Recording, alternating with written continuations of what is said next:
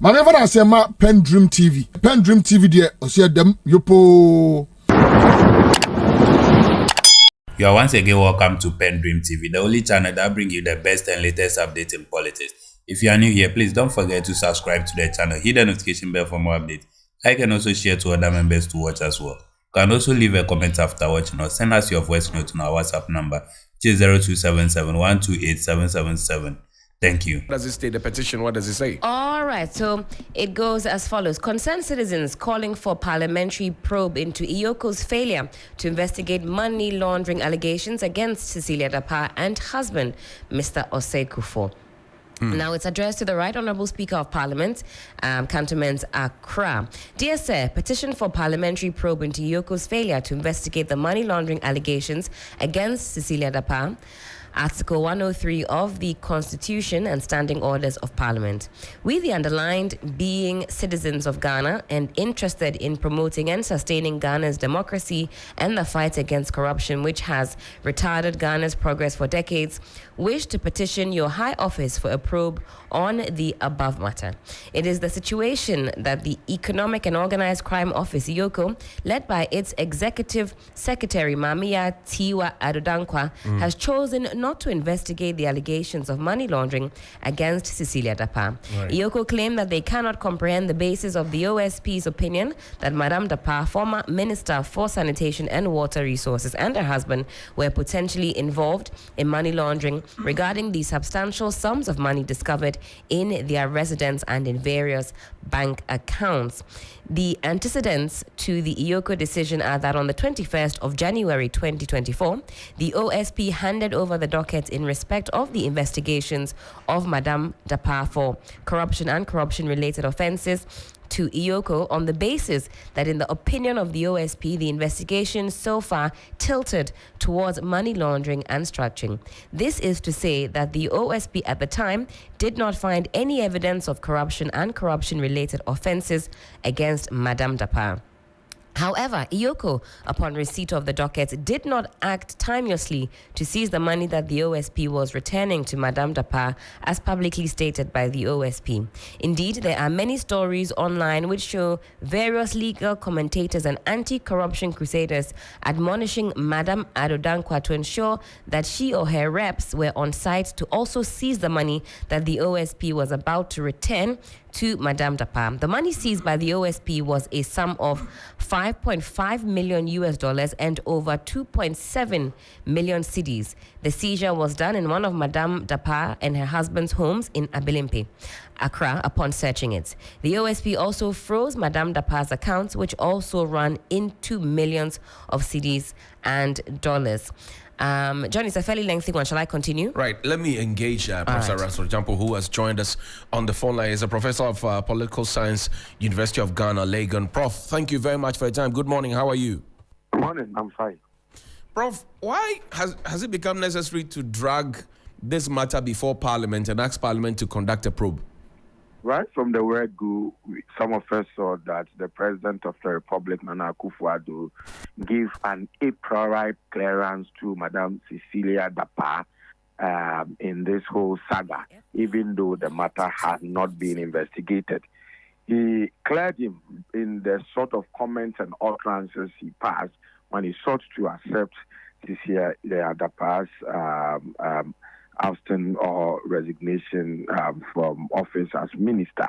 And some of us thought that, look, given that the president is appointing authority of many of these state agencies that will be required to investigate Cecilia Dapaah, such an a priori statement that sought to pass a certain judgment, exonerating judgment on Cecilia Dapaah was going to be problematic, because you were going to have these appointing authorities finding it difficult to come out with investigations that whose outcome would be contrary to the position of the president. And you know, in Ghana, people are just timid, okay?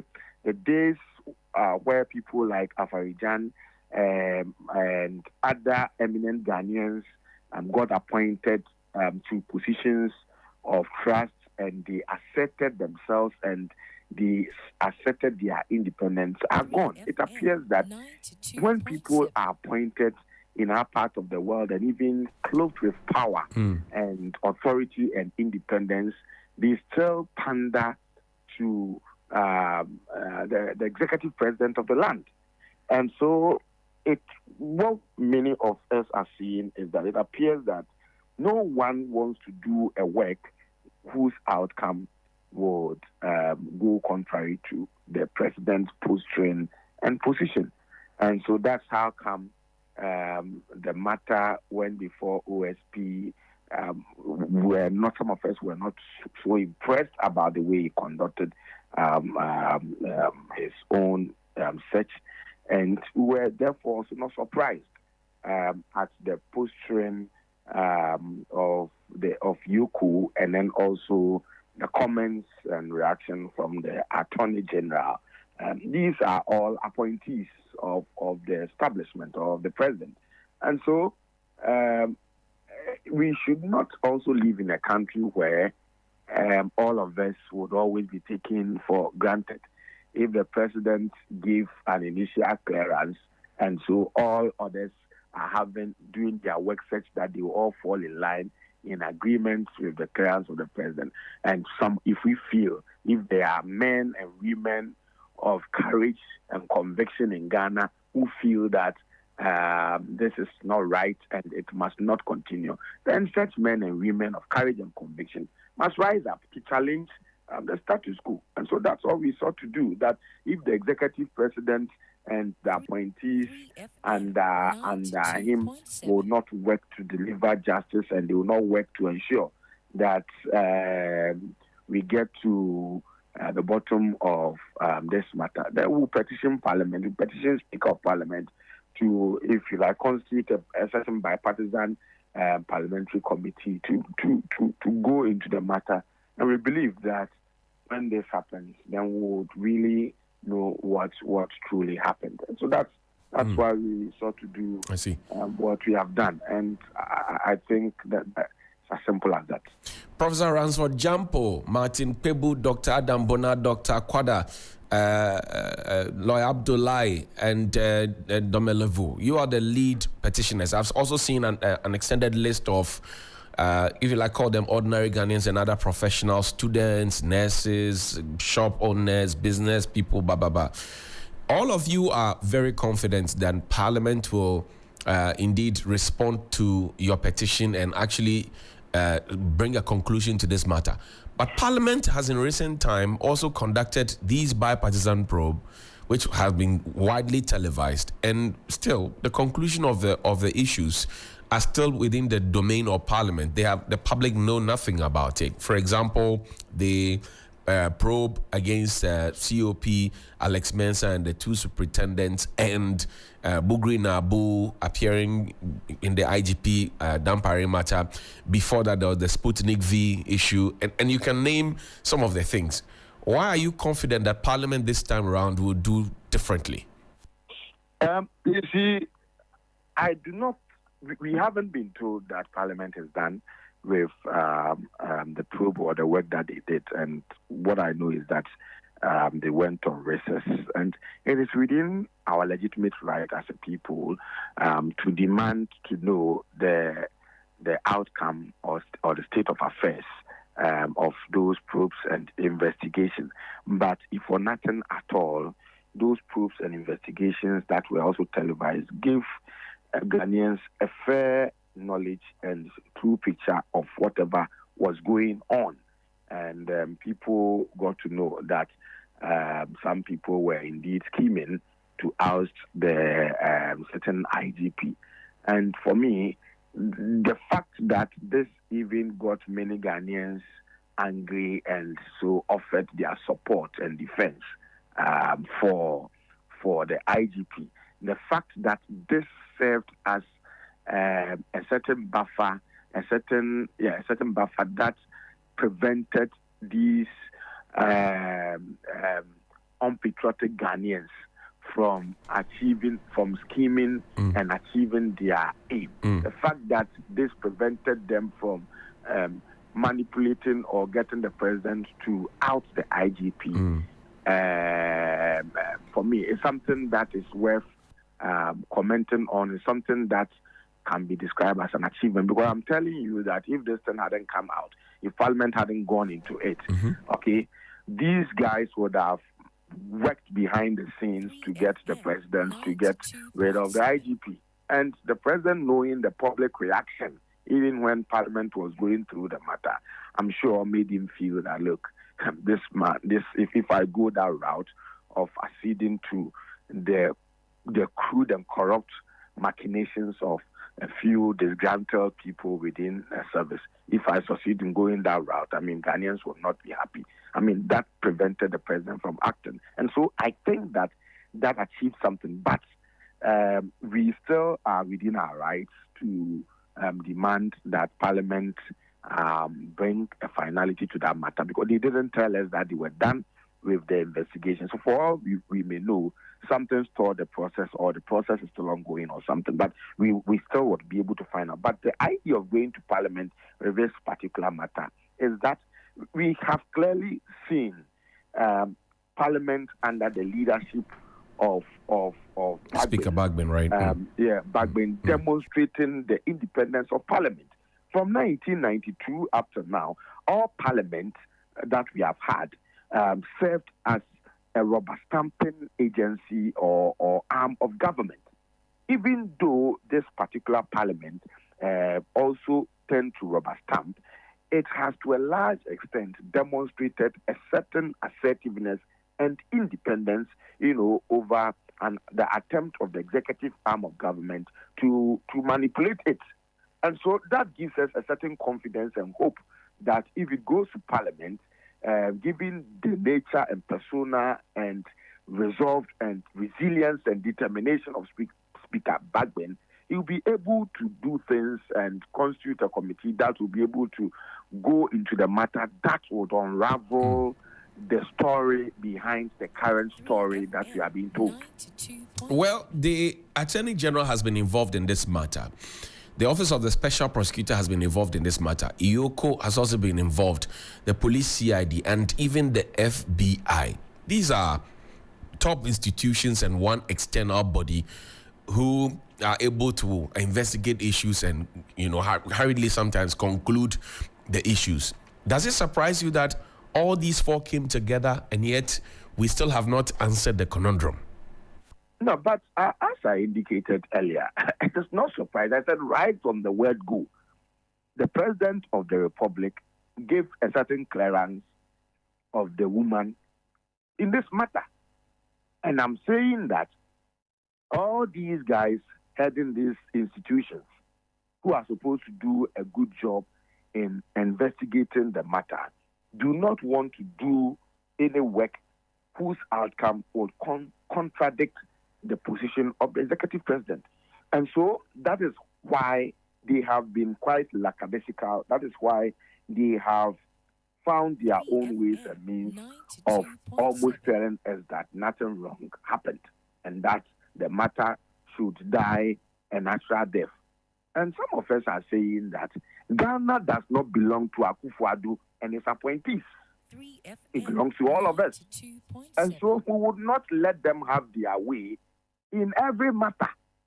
You are just privileged because at one point in time, you managed to, quote and unquote, fool many Ghanaians into thinking that you are the Messiah. He gave you the mandate and opportunity. And you disappointed us. We would not continue to allow you to throw dust into the eyes of the public. That will not happen. And so if the executive president wouldn't act, and if his appointees are also scared and afraid to do anything that whose outcome will go contrary to his position, we would petition anybody, any institution, any arm of government that we are confident in. And so that's all we sought to do. I see. Well, there have been arguments on the streets also that Madame Cecilia Dapaah has since resigned from her position, which is quite unusual in many instances. The president has subsequently accepted her resignation, even though it looked like a love letter from one person to the other. And the husband has been explaining, you've seen other media people also explaining that, well, they are well-to-do, and so it is okay for them to have had this kind of money. The husband quickly is explaining also that they put this money together over a 20-year period. What exactly are you looking for? That she be reprimanded? That she be punished? That she be jailed? What are we looking for? No, the point is that we truly want to know the source of the money. I mean, what the husband has been explaining or talking about is the husband side of the coin. There are two sides to every coin. Okay, so we truly want to know the source of those huge sums of money. Now, if we get to know the choice of those huge sums of money, this will determine what we would think should happen to her. Because for now, we are not getting the true picture. Okay, it may well mean that, look, truly, it is her own money. She's richer than everybody, in spite of the fact that we know how much she should be earning as a minister. She has another source or other sources of income that makes her fabulously rich to that extent, that she will keep these huge amounts of money in her home. And take note of this. So these are the sums of money she's keeping in her home. We have not gotten. We don't know where she's and what she's kept in her bank accounts, both in Ghana and outside the source of Ghana. We don't even know. And so the point is that we have to see the clear picture of the true source of money, the true source of the monies that she kept, in the home. And when we are clear in our mind as to how she got those monies, then we'll be in a position to be thinking about what we think should happen to her as a way of sanctions if truly she did something that was wrong. Prof, Parliament reconvenes today. How soon do you want the issues heard for this committee to be put together for the issues that you have raised to be heard? It will be our wish that they commence even today and bring a finality to the matter, because we live in a country where every now and then new things are happening, and new things sometimes are deliberately engineered and orchestrated to come in to torpedo current matters that are being discussed. And so we don't want this thing to be relegated to the background. We want to keep it on the front burner of public policy discourse. And so it will be our wish that the matter is given attention, utmost attention by Parliament, and then investigations, parliamentary committee, bipartisan committee of Parliament get into it as soon as possible. Professor Ransford Gyampo, I thank you very much indeed for your time. We're grateful. My pleasure. Great. And Professor Gyampo is one of the petitioners who are petitioning Parliament to say, well, look into this matter again, because what Yoko has done so far and the stories we are hearing are totally different from what's on the ground. Here is Adam Senanu. He's with the Citizens Movement Against Corruption. He's also been speaking on the matter. Listen to him. We have great expectations of Yoko that they will show the same steadfastness and seriousness to deliver on this. And one of the things would be, if OSP has been given 72 hours to give over, how quick is the Yoko also going to make sure that these monies, especially those that have been found to be tainted, do not end up being, whistled out of the various accounts or spaces where they are now lodged? And that would ultimately would just make our case much more of a bigger hurdle to deal with. If Yoko were to make sure that the various sums that we have found to have strong indication of money laundering have been frozen, and not that they live in our space, as happened in the case of the procurement guy, the chief executive of procurement, ABAJ, where before we knew it, the money had all been whistled. Okay, we'll have to bring that sound back. Let's Martin Pebu also, who is one of the petitioners, he had raised some concerns. He thinks that Yoko has not been serious. He puts it bluntly. That is the effect of the Supreme Court's decision on money laundering, and also the Yoko Act, and thirdly, OSC's own act. So OSC is a creature of statute. In Section 79, the mandate of OSC is spelled out. And money laundering is not one of the mandates. Under Section 79 of the Act 959, you will see issues of bribery, you see extortion, undue influence peddling, corrupt selection of jurors, etc. But money laundering is not mentioned there.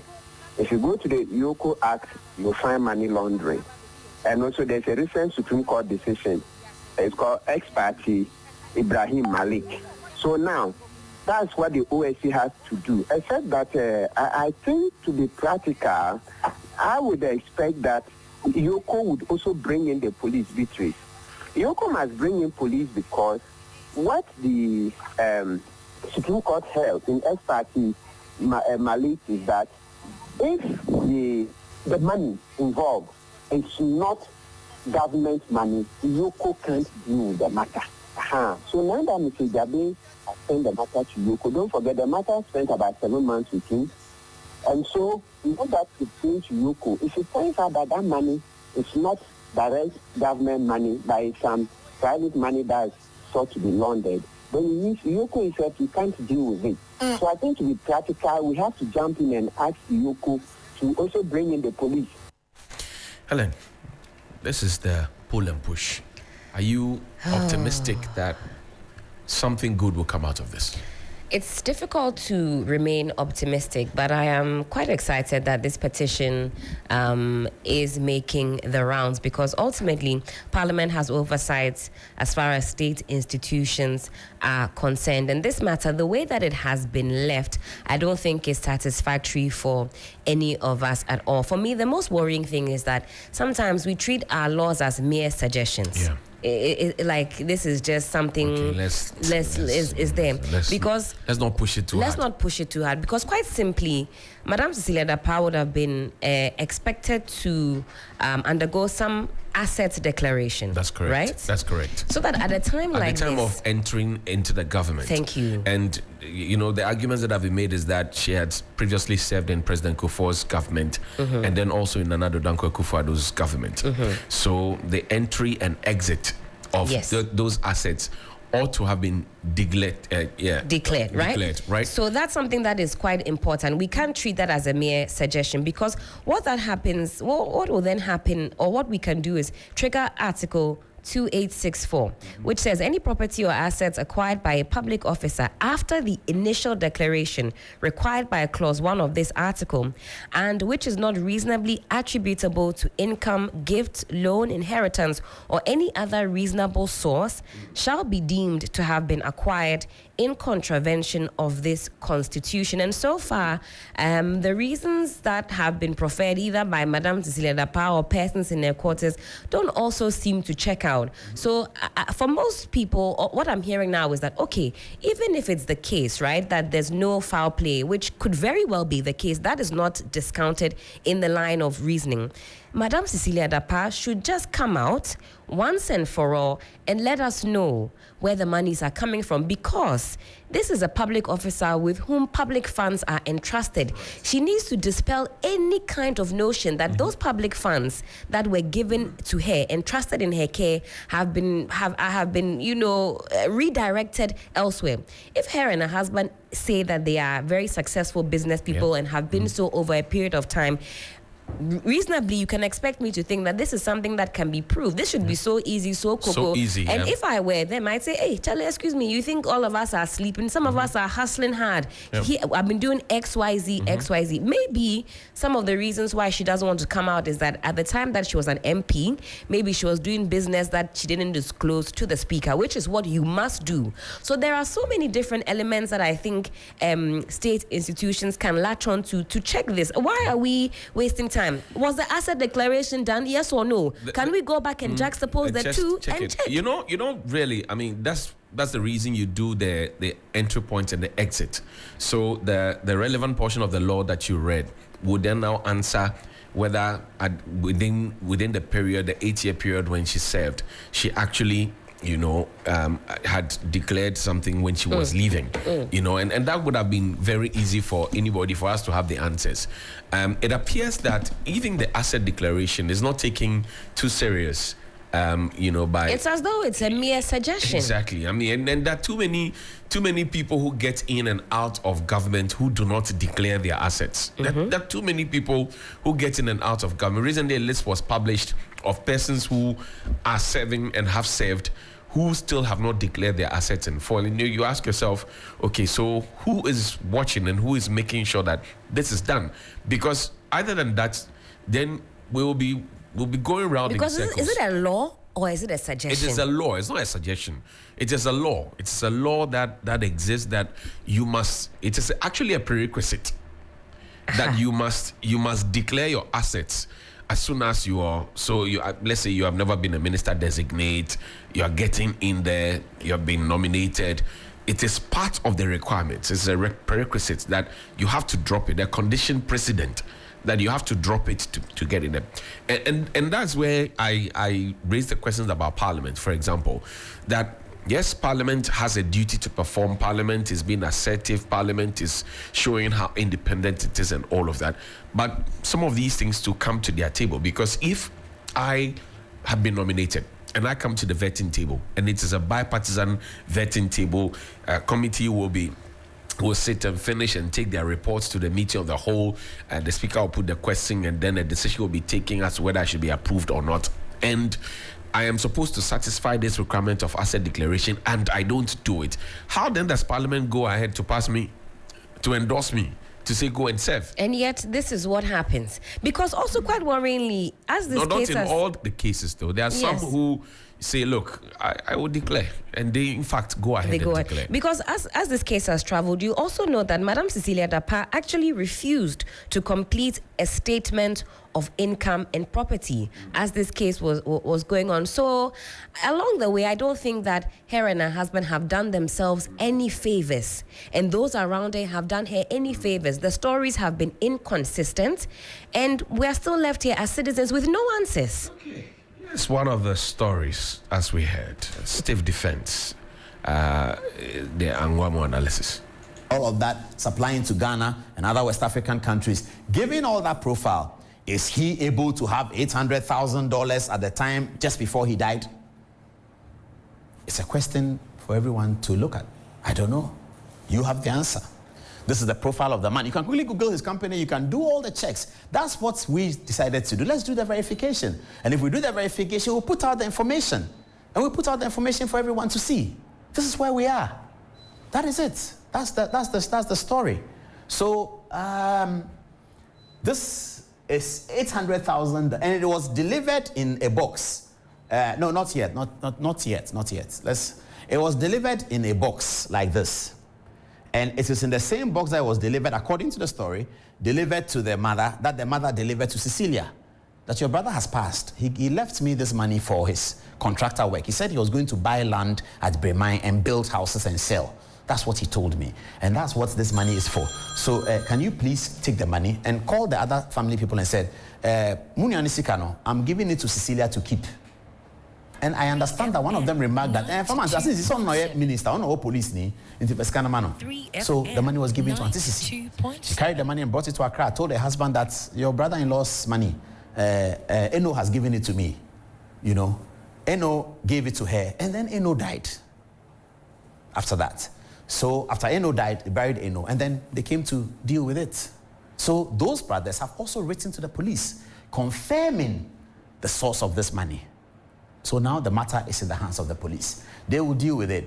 But when I come to the OSP, shall discuss this Yachino or Yakronfo and all of that. I'm not saying somebody is Kronfo or somebody is not. But these are the facts. These are the real facts. So 300,000, 200,000, and 800,000. So when Auntie Sisi said in her statement that there are discrepancies, the police have added the 800,000 to the 200,000 to be 1 million without giving the particulars. So if you read the statement, you see the particulars.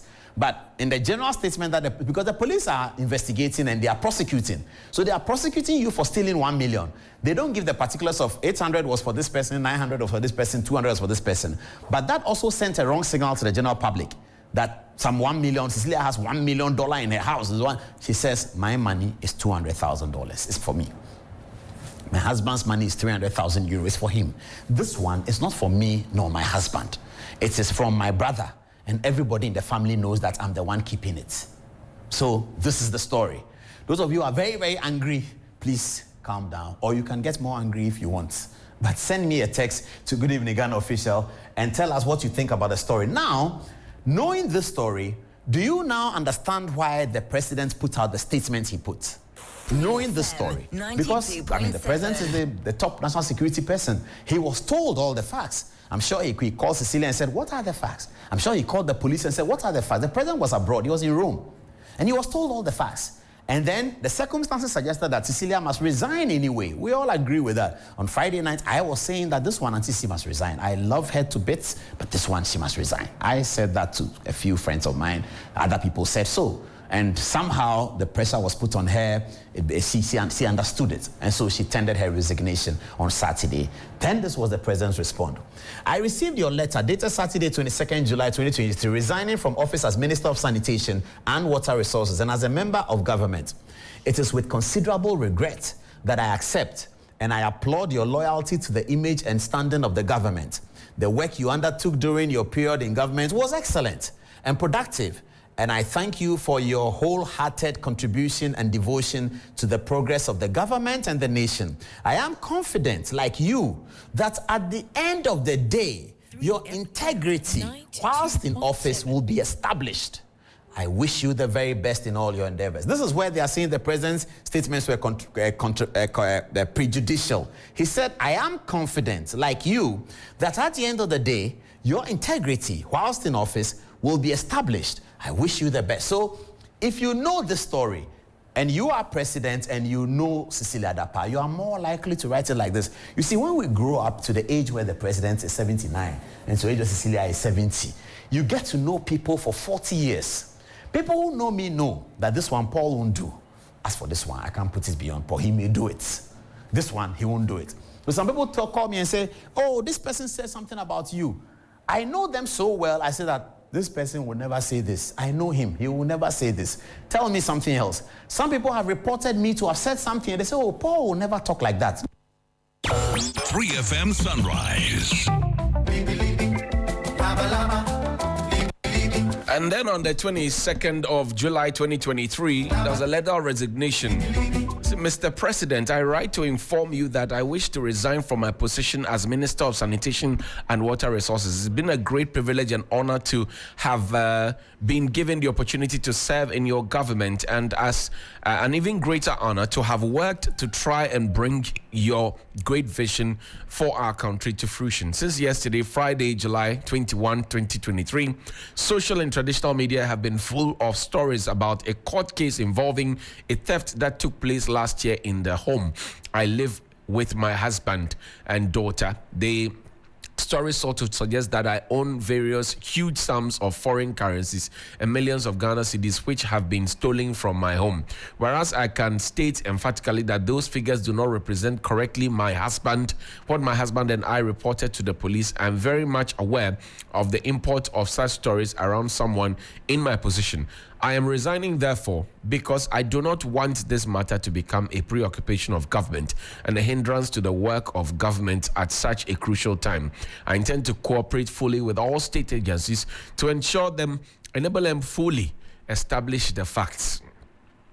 I have no doubt whatsoever that at the end of the process, it will be fully established that I have conducted myself with integrity during my period and in public service, and I will be fully exonerated from all the allegations that have been filed that filled the public domain in the last 24 hours. I thank you, my dear President, for the honor done me in giving me the opportunity to serve our beautiful nation, Ghana. Sincerely, Cecilia Dapaah, Miss. What a lovely letter. I thank you, my dear President. You know, Cecilia also wrote, the President also wrote, my dear Cecilia. Yes, dear to dear. But you see, the paragraphs talk about the fact that I intend to collaborate fully with all state agencies to enable them to fully establish the facts.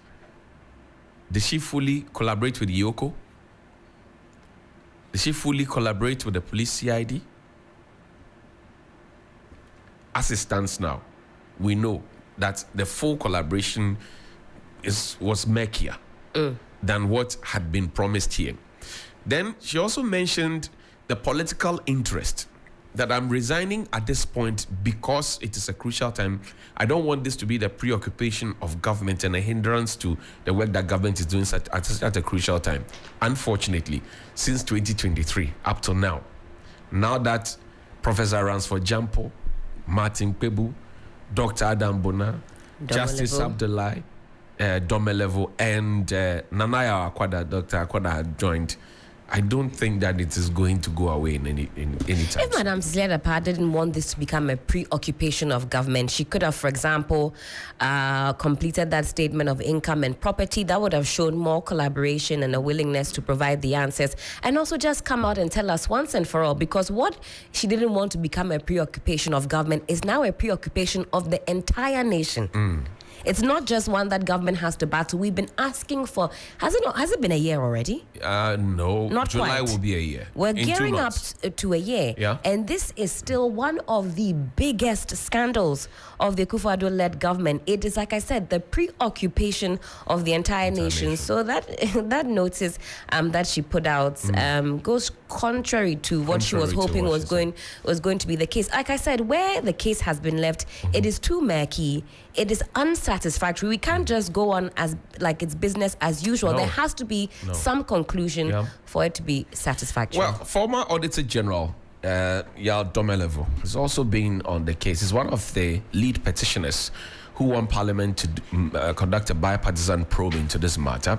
And along with some citizens, and I see dressmakers, I see students, I see aluminium fabricators. You should see the list, very interesting list of persons, including fire service officers. Everybody seems to be interested in what's going on. But Domelevo spoke on the Ghana Tonight yesterday. Listen to him. It is my considered view that Parliament has this oversight responsibility over the state institutions. So that is why we have asked Parliament to look into the case and tell us what exactly is the reason behind the apparent refusal of Yoko to investigate the allegation or the offense. Honestly, the story is not believable.